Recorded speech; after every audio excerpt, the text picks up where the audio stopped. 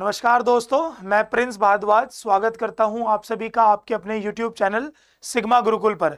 बच्चों, आप नोटिस कर रहे होंगे कि DSSB ने जब वैकेंसी अनाउंस करी थी तो उसमें सेक्शन ऑफिसर की भी वैकेंसी अनाउंस करी थी हॉर्टिकल्चर में, जो मैं ऑलरेडी बच्चों को बता चुका था और मैंने इसके ऊपर ऑलरेडी वीडियो मैंने बना दी थी। और इसके बाद आप लोगों को इन्होंने अलग से जो आज सेक्शन ऑफिसर का अलग से नोटिफिकेशन आया है DSSB की वेबसाइट पर, अभी थोड़ी देर पहले ही आया है, और उन्होंने अलग से मेंशन कर दिया कि जनरल कैटेगरी में कितनी पोस्ट हैं, SC में कितनी पोस्ट है, ST में कितनी पोस्ट है, OBC में कितनी पोस्ट है।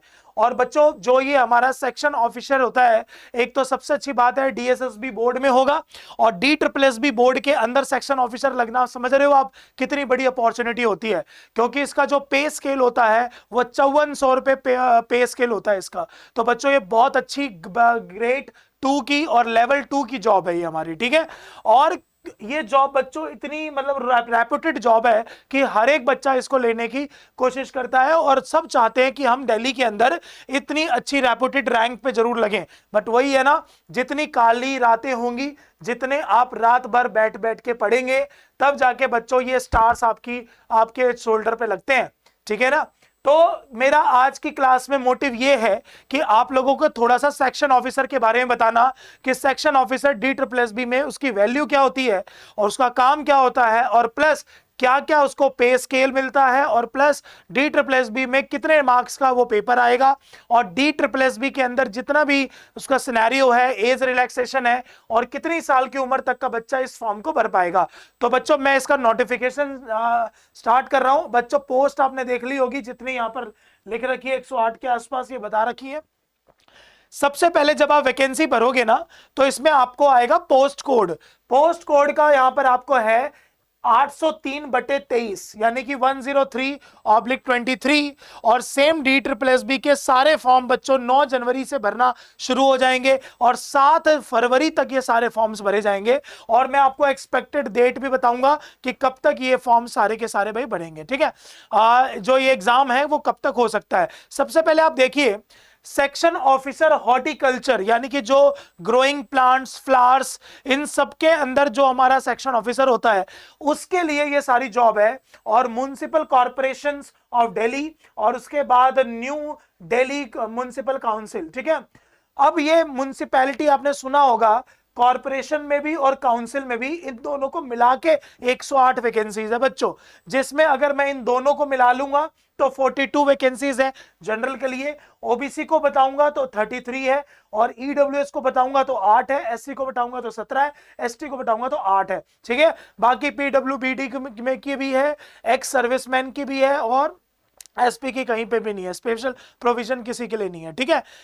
सबसे पहली बात वही, रात 12 बजे 7 फरवरी के दिन ये फॉर्म भरना बच्चों हो जाएगा बंद। तो इससे पहले आप लोगों को सभी को DSSB की ऑनलाइन साइट पे जाकर ये फॉर्म को भर देना है। चलिए, अब मैं आपको इसमें 2-4 ऐसी बातें बताता हूं जो आप लोगों को फॉर्म भरते समय इसका ध्यान रखना है। सबसे पहले जो सेक्शन ऑफिसर हमारा है कॉर्पोरेशन में, दिल्ली कॉर्पोरेशन के अंदर, उसमें आपको ध्यान रखना है, फॉर्म जब आप भरोगे तो उसके अंदर जो यूआर की सीट्स है वो आपके पास है 40, और ये आपको पूरा ध्यान रखना है बच्चों, ये होता है आर नंबर, ठीक है। ये आर नंबर से पता चलता है। कैटेगरीज आपको पता ही है। इसमें बच्चों चाहिए क्या क्या, आपके पास क्वालिफिकेशन क्या होनी चाहिए। जिन बच्चों का साइंस से बैकग्राउंड है और उनके पास एग्रीकल्चर के अंदर डिग्री है, वो सारे बच्चे इसका फॉर्म भर सकते हैं। और प्लस उनके पास बॉटनी होना कंपलसरी है as a subject of university और इक्विवेलेंट, यानी कि उनके पास जो डिग्री है वो एग्रीकल्चर की होनी चाहिए या फिर बॉटनी की होनी चाहिए, तो वही बच्चा इसका फॉर्म भर सकता है, ठीक है। नॉर्मल जो बच्चे हैं भाई, जैसे कहने का मतलब जिन्होंने बीकॉम कर रखा है, बीएससी कर रखा है, वो ये फॉर्म नहीं भर पाएंगे। सिर्फ और सिर्फ जिस बच्चे के ने डिग्री इन एग्रीकल्चर और science with botany as a subject from a recognised university से करा हुआ है, वही ये फॉर्म भरेंगे, ठीक है। डिजायरेबल है, इसके बाद जो आपके पास एक्सपीरियंस वगैरह ये सारे डिजायरेबल है, इसकी कोई नीड नहीं होती है बच्चों, ठीक है। अगर मैं बात करूं इसके अंदर पे स्केल का, तो मैं आपको मैंने पहले ही बता दिया था, लेवल 6 का होता है ये, और ग्रुप बी की ये जॉब होती है। और प्लस जो बच्चे इसके अंदर फॉर्म भरने के लिए एलिजिबल हैं वो 18 से 27 साल तक की एज के बच्चे इसमें फॉर्म भरेंगे। और जो लोग जिनके पेरेंट ऑलरेडी एमसीडी के अंदर वर्किंग है उनको एज रिलैक्सेशन बच्चों जरूर मिलेगा, इसके अंदर आगे मिलेगा वो सारा एज रिलैक्सेशन क्या है, ठीक है। अगर मैं बात करूं और नेक्स्ट आ जाते हैं, नेक्स्ट है हमारा काउंसिल में। तो काउंसिल में बच्चों थोड़ा सा आपको बेनिफिट क्या मिलेगा कि इसमें आपके पास डिग्री होनी चाहिए एग्रीकल्चर में फर्स्ट क्लास और सेकंड क्लास की, ठीक है, एग्रीकल्चर की डिग्री होनी चाहिए। और इसके अंदर आपके पास एक्सपीरियंस होना चाहिए बच्चों 2 साल का, ठीक है। और सेम सेमी गवर्नमेंट से भी हो तो भी चलेगा और गवर्नमेंट से हो तो वो भी चलेगा। और प्लस इसमें कोई डिजायरेबल चीजें नहीं चाहिए, लेवल 6 है। और इसके अंदर आपको एज रिलैक्सेशन मिलेगा, मतलब इसके अंदर जो जनरल का बच्चा है वो 32 साल की एज तक ये फॉर्म भर पाएगा, यानी कि 18 से 32 तक काउंसिल का भर पाएगा और 18 से 27 तक कॉर्पोरेशन का भर पाएगा। ये दोनों बच्चों बोर्ड होते हैं, ठीक है। एज रिलैक्सेशन इनको भी मिलेगा अगर इनके पेरेंट्स ऑलरेडी एमसीडी डिपार्टमेंट में होंगे। बाकी उसके बाद पीडब्ल्यूबीडी के लिए भी है भाई, बेंचमार्क्स डिसेबिलिटीज के लिए भी अलग अलग से प्रोविधान इनके अंदर दिया हुआ है। एलिजिबिलिटी क्राइटेरिया वही इंडियन होना चाहिए, ये सारा ऑनलाइन फॉर्म अप्लाई करा जाएगा, टाइमिंग बताई दी थी मैंने आपको, ये सारी उतनी ज्यादा बच्चों इसकी नीड नहीं है, ठीक है।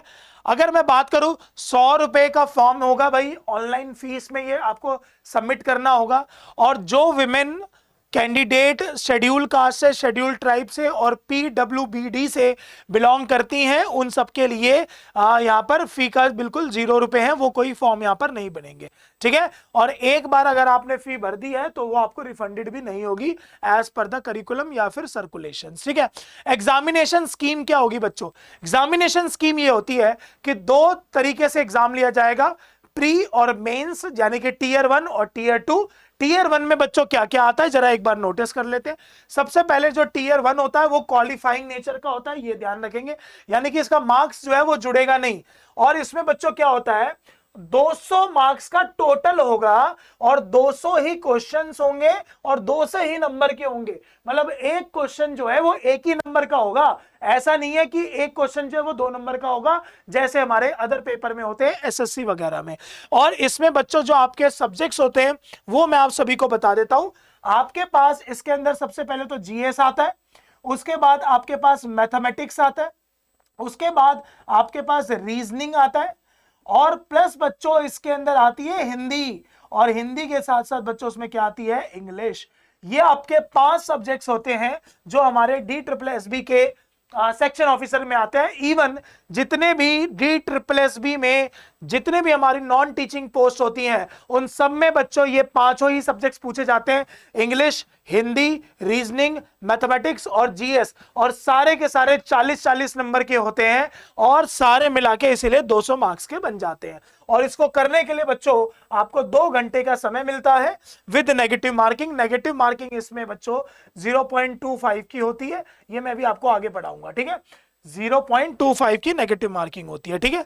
अच्छा, अब अगर हम आगे बढ़े तो जो पेपर 2 होगा वो बच्चों होगा वो भी 2 घंटे का। इसमें बच्चों क्या होगा सब्जेक्ट क्वालिफिकेशन रिलेटेड सब्जेक्ट होगा, मतलब जो आपका सब्जेक्ट रिलेटेड क्वेश्चंस होंगे वो इसमें पूछे जाएंगे। 150 क्वेश्चन होंगे, 150 ही मार्क्स के होंगे।